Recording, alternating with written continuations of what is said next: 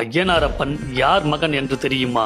ஐயனார் தமிழ்நாட்டின் கிராமப்புறங்களில் பரவலாக வழிபடப்படும் ஒரு பழமையான காவல் தெய்வம். இவர் சிவன் மற்றும் விஷ்ணுவின் இணைப்பில் பிறந்த ஹரிகர புத்திரன் என்று புராணங்கள் கூறுகின்றன.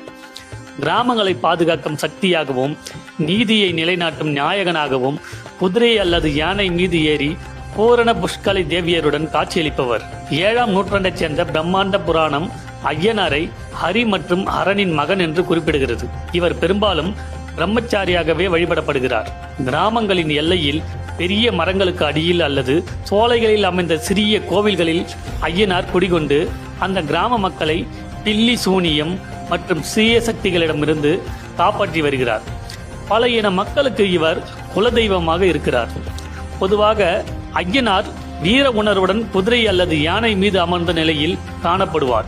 அவரது கையில் சாட்டை அல்லது செங்கோல் இருக்கும். காவல் தெய்வமான ஐயனார் சைவ உணவு உண்பவர். சர்க்கரை பொங்கல் படைக்கப்படும். ஆனால் இவரது பரிவார தெய்வங்களுக்கு மதுபானங்கள் வைத்து ஆடு கோழி பலியிடுகின்றனர். பலியிடும் போது ஐயனார் சன்னதியை மூடி வைத்து விடுவார்கள் அல்லது திரையிட்டு விடுவார்கள். கிராமங்களில் துணியை வைத்து ஐயனாரை மறைத்து விடுவார்கள். ஐயனாரின் பரிவார தெய்வங்கள்